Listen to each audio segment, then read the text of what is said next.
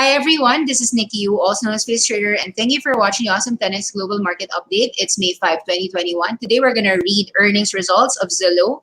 So tonight, strong housing market helps Zillow Group beat Q1 earnings expectations.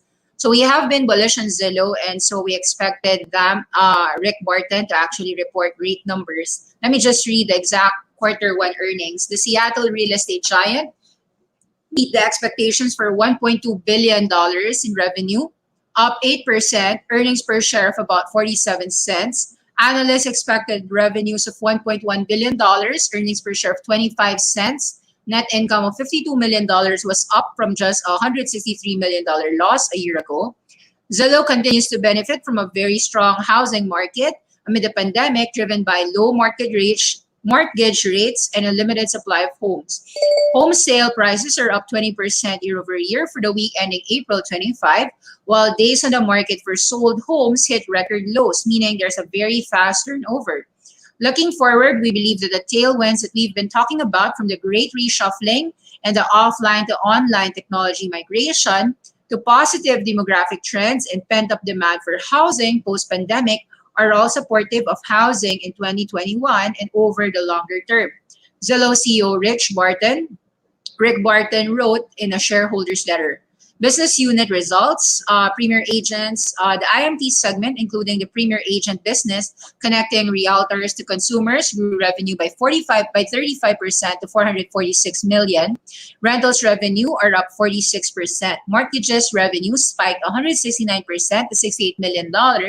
Mortgage origination volume was up 8x. Zillow Offers, the company's home buying segment, brought in $700 million in revenue, down 9% with a loss of $58 million, down from $98 million. Zillow bought 1,856 homes and sold 1,965 homes as it continues to accelerate activity following a pandemic pause. It ended Q1 with 1,422 homes in inventory. Zillow recently began its Zestimate tool to make cash offers on homes with their AI. Traffic, the company's apps and websites drew 221 million average monthly unique users, up 15%, and 2.5 billion visits, up 19%. Stock has reached all-time highs in February, having fallen 40% since then, but the stock is up, rising after hours, about $128 that Tuesday. Zillow is reorganizing their structure, focusing more on customers' holistic needs. They need an agent, a mortgage, and Zillow offers bids to sell their home, for example. Across the country, millennials are moving up, baby boomers are downsizing, and in between, people of all generations are rethinking their lives in a cultural phenomenon that we have now termed the Great Reshuffling. So millions are coming to Zillow to surf and dream, and when they're ready to transact, they just get a mortgage from Zillow Home Loans, connect to a Zillow Premier Agent, and may even find the initial offer from Zillow Offers to buy their home from their Zestimate. Very good numbers, by the way, and for those who aren't in the know, we are bullish on this company, Zillow. Current level at about $120, very good. And I think that after earnings, it just solidified that this 40% pullback is something that everyone would be interested to buy into.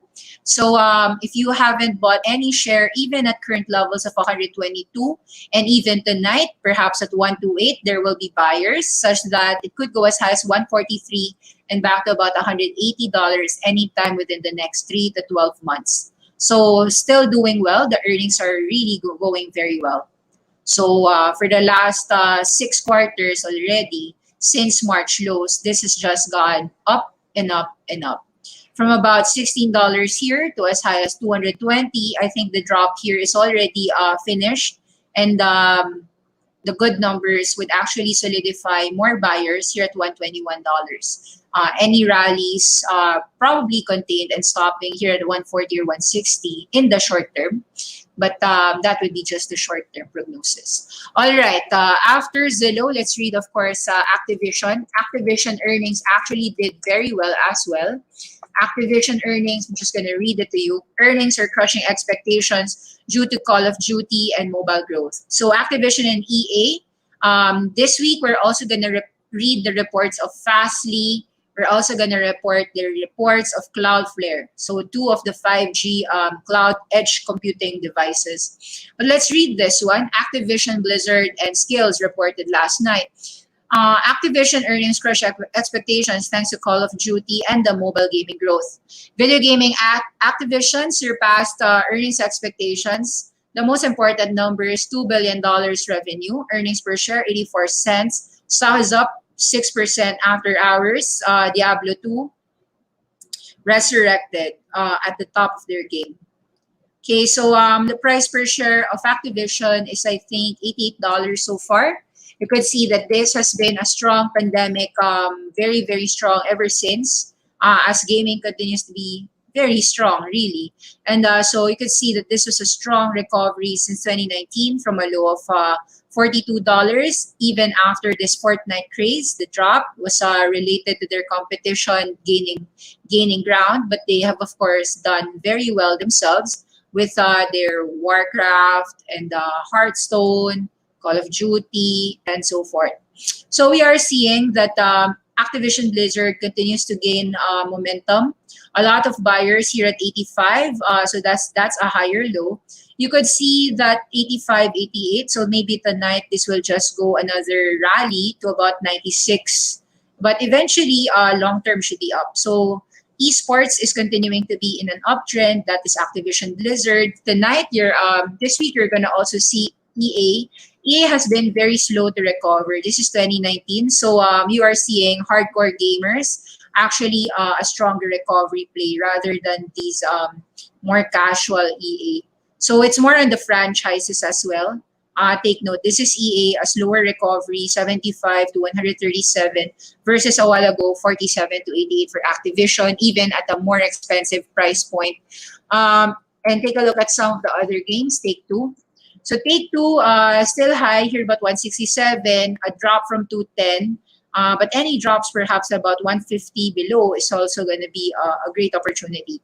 Earnings will be on May 19, May 18 for Take-Two. In terms of gaming, let's just see how the other gaming entities are doing. Tencent is still sleeping here at about 612. A lot of buyers continue to emerge here at $600 and more, especially if it goes down to $570. We are more long-term bullish on Tencent. 50% of its gaming 50% of its net income is all gaming. So Tencent, Activision, all of these companies should do primarily well. We like Unity here at $95. So it's just consolidating. It's been consolidating for over 3 months now and can continue to consolidate in the next 3 months. Nonetheless, every time it hits 89 to 85, we do see a lot of buying opportunities on Unity. Take note that other gaming entities, what's happening. Douyu and Huya are, of course, going to merge. And whether you bought it at 11, 12, 10, right now it's about 8.6. Looks like these drops are actually more opportunities to get. So for those who have it and sold, you can actually continue to get in and see whether there's a buying opportunity after the 60% slide since February peaks. So I'd argue that the Douyu streaming is still very well, and the impending merger with Huya is going to be a catalyst come June.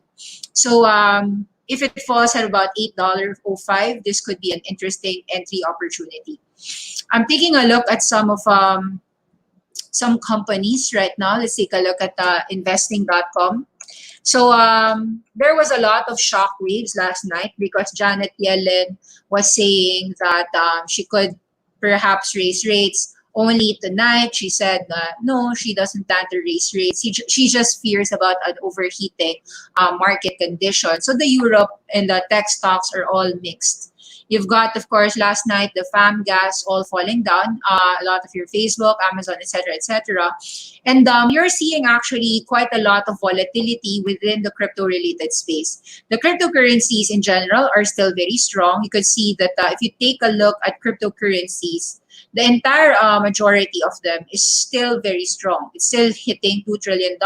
You've got a lot of buyers of your Ethereum trading at 3.3. At some point, it was even 3.5.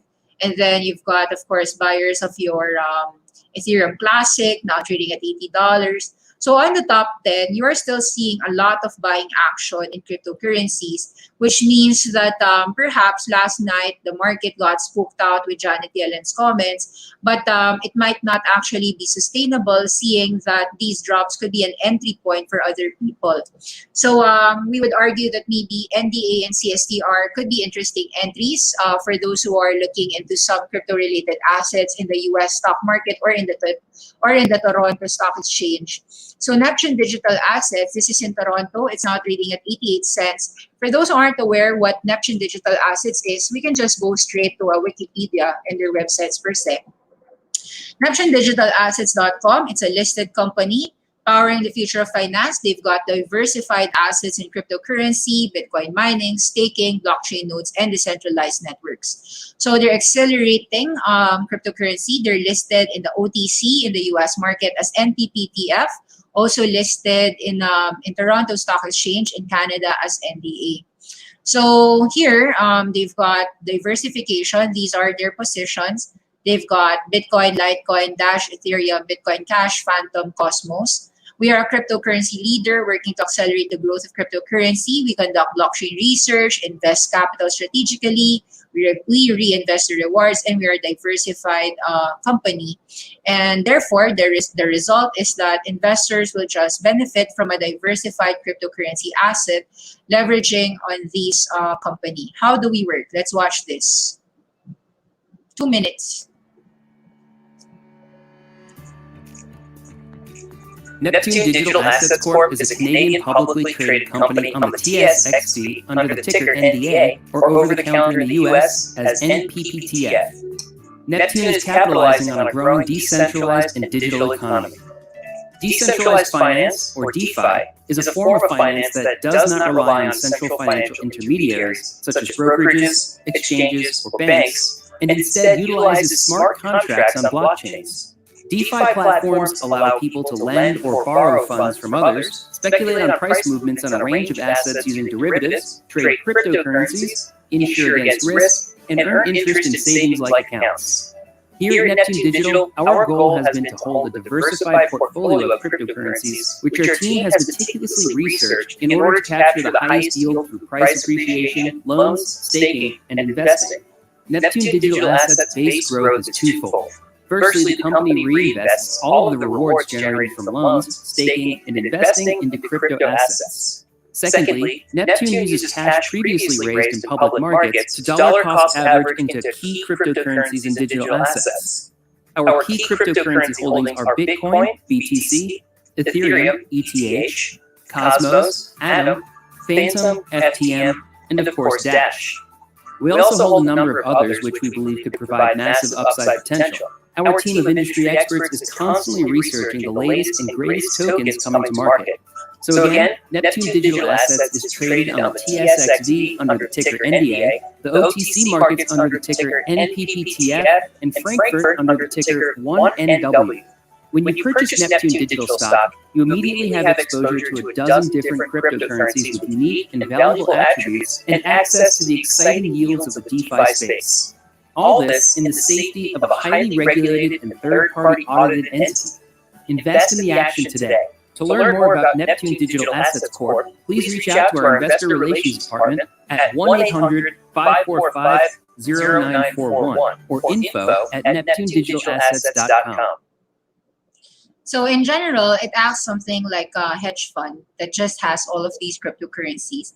It's not a direct ownership, but you could see that they've got a lot of institutional raising. Let's read how it's doing. So they're also Bitcoin mining operations. Let's read their announcements there and what they're saying about their institutional capital raise and offering with institutional investors. So Neptune Digital started Bitcoin mining operations and provides corporate updates. We are pleased to announce that we initially purchased 300 Bitmain S17 Bitcoin mining machines. It has landed in Calgary, Alberta, thoroughly tested, and are now installed with Link Global Technologies hosting facilities, generating a total hash rate of 15,512 terahash per second. Neptune is already generating $4,000 per month in staking earnings. That would be about $5 million a year. They also have $53 million in cash and digital assets. They hold 91 BTC, 236 ETH, 199,800 Atom, 2042 Dash, a million Phantoms, and smaller investments in Litecoin, Bitcoin Cash, Stellar Lumens, Neo, Omisigo, and Quantum. So the company's initial investment of only $250,000 is now 10x at $2.34 million based on a protocol quant fund on March 31, 2021. Neptune and Link Global have selected two potential sites to build their own renewable-powered Bitcoin mining facility for Pure Digital Power Corp. Their 50% owned Pure Digital Power Corp has signed a non-binding letter of interest of up to 20 megawatts of solar power at fixed rate pricing. We're thrilled to inform our shareholders that we have now started Bitcoin mining operations, and with our hash rates mining rigs becoming available, we are now well capitalized to do so. We're also pleased to announce that we have granted stock options to our certain directors, officers, employees for 4 million shares with an exercise price of $1 per common shares. These are exercisable for the next 10 years until the date of grant. So they want to aim to be a cryptocurrency leader with diversified portfolio of investments, currency operations, including Bitcoin mining, tokens, proof of stake, cryptocurrencies, DeFi, and associated blockchain technologies. Okay, so basically it's more like a neutral hedge fund. So this is NDA right now. Let's take a look at how the market caps are of NDA market cap. So Neptune Digital Asset. It's about $85 million today. It's now trading at 72 cents if it's in the OTC market NTPTF. So two ways to access NDA, from Canada or from straight to the OTC USA. Think that if you're bullish on the current names, you can just take a look at these names. So since they own a lot of these, they own Dash. So it's got some selling pressure at $400, but basically I would understand that they're just holding all these positions. So when this rallies to 500, even better for those for their stakes. Their largest positions are of course BTC and ETH, but it's not as large as you would think, no. So in terms of the ability to find companies that have 3,000 plus BTCs, this would be one of them. So Hut 8 mining, we'd argue, maybe the drops right now should actually be seen as an opportunity to add more or even buy. So last night, actually, I bought some at $6, thinking that, well, it had supported at 6. Looks like I could sell this at 8 or 9 eventually. So whether it goes to 5 or 4 should be more of an opportunity to load up. What's happening with Hut mining is that they are already have 3,000 plus BTCs in their account. And it's actually one of the largest mining companies in Canada, also a Toronto Stock Exchange. So it's a cryptocurrency mining company. They're just focused on mining Bitcoin. The difference of Hut 8 mining is that they actually just keep all of the cash they have into cryptocurrency, which is just BTC. So they're one of North America's oldest, largest innovation-focused Bitcoin mining pioneers. What I like about Hut 8 is that after finishing payments on all their operating expenses, all of their balance sheet does not have dollars in cash. It's just all BTC. This is one of the oldest mining company. That's why they've got 3,000 BTCs already in their balance sheet, something that other Bitcoin miners cannot actually, cannot really publicly say. So this one is actually a very well thought out cryptocurrency mining company. Take note at the April 29th investor presentation. Let's read the results. So very good job. Jamie Leverton is their CEO. There's also a lot of interviews. Jamie Leverton goes out in many YouTube sites. You can check her interview and meet Kevin. Here, the executive team. These are the head of investing, head of technology. And you could see here that they're saying that a lot of adoption is accelerating for BTCs. And given the stability of BTC at about $50,000 or $48,000, it's 48 to 60,000 thereabouts. So you could see that their company has an asset base with about 735 PH, 1,073 PH hash power.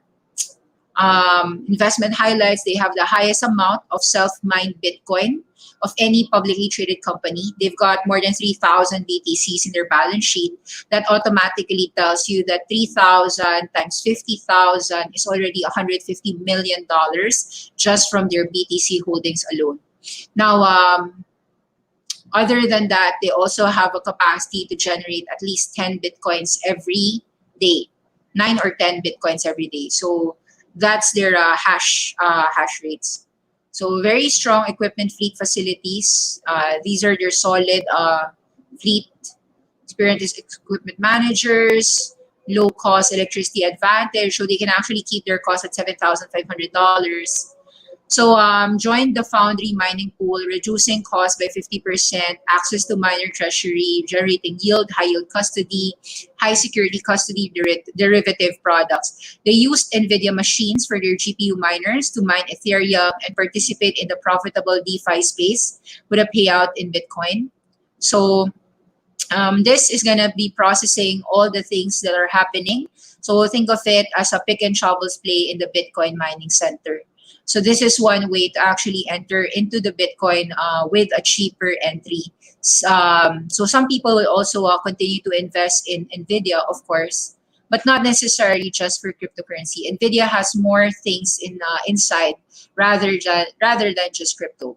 Actually, last night, there's a lot of good entries. NVIDIA was trading at $560, $570. If you were buying even as high as $600, those should be okay. 600 plus 570 all the way to $500. We are actually very bullish in this consolidation for NVIDIA, seeing that the growth trajectory of all the 5G and artificial intelligence will be all NVIDIA powered, even your self-driving car. So we wouldn't really mind buying and holding until it goes to $1,000 and above.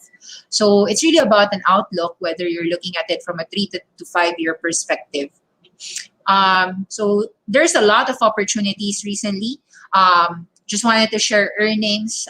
Shopify, of course, had a great number, and we took advantage last night of Shopify falling down to about $1,080 to actually buy there. While it can fall further to $1,060 or $1,020, we think that these are all buying opportunities as we foresee Shopify going all the way back to 1.3 and 1.4. Let's take a look at some of your questions, if any. Okay, looks like agriculture stocks are popping last night. Do you have any high conviction stocks in that sector? Okay, so agriculture, I do like, so in general, I like growth generation, but it's still not that, I'm not that confident to buy at $40. I saw growth generation at $40. I wasn't that confident to buy. Although, yes, for the last few months, could see that the 40 area has been really doing well for growth generation. But I might be waiting lower here at about 30. I might be waiting too long, but I'll still wait. I'll still wait for growth generation. In terms of food-related names, I like Aero Farms, but that is a SPAC that hasn't moved yet. So it's just steady there at about $9.95. I like AgriFi in their farming solution. This company, I'm actually okay to get this. So right now, it's actually trading at $9.40. This could be an opportunity to buy more, even if it's really ugly looking. So I'm actually bullish here. I'll just accumulate 940, even at 1112. These are okay with me. AgriFi Corporation and was an IPO this year at $10. I'm not quite sure which agriculture stocks. Oh, maybe you're talking about Scott Miracle Grow. Yeah, SMG is doing very well. All-time highs. John Deere. Scott Miracle Grow is going to report numbers, so I haven't read the numbers, but most likely Scott Miracle Grow will do very well. I would assume that it goes all-time high. So SMG, DE should be doing well. John Deere, so he should be doing very well. See, all-time highs. Other than that, maybe Raven, RAVN should also be doing well. Raven Robotics for the farm equipment. So these are some of my ideas when it comes to agriculture stocks. These are okay with me, but at $42 for Raven, I think that you have a temporary resistance. So I'll wait further at $30. Okay, thanks Pia for always watching the show. Thank you everyone for watching. I think there's a lot of opportunities. Just open your eyes. Don't worry. I know it's a little bit frustrating that the market is just choppy. The US is trading in and out. Like most of the companies are just going in and out, like 10 to 20% within a week. Sometimes even worse, like 30% down, or even or also there are weeks that it's up 30, 50%, even in a single day. So just notice that the volatility, you just embrace it really. If you love the companies that you're buying, I don't think you will feel lost. That's why we had to highlight Zillow and Activision numbers so that at least you're aware that just like last week, we've had great numbers in Shopify. We took advantage of that great company to buy it on dips. So let's assume Nvidia, great company, falls down. Great company, we want to buy on dips. So that's really just our that's just really what we are doing right now in the market, trying to buy an average on some of the great companies available in current market time. Thank you very much. Bye bye.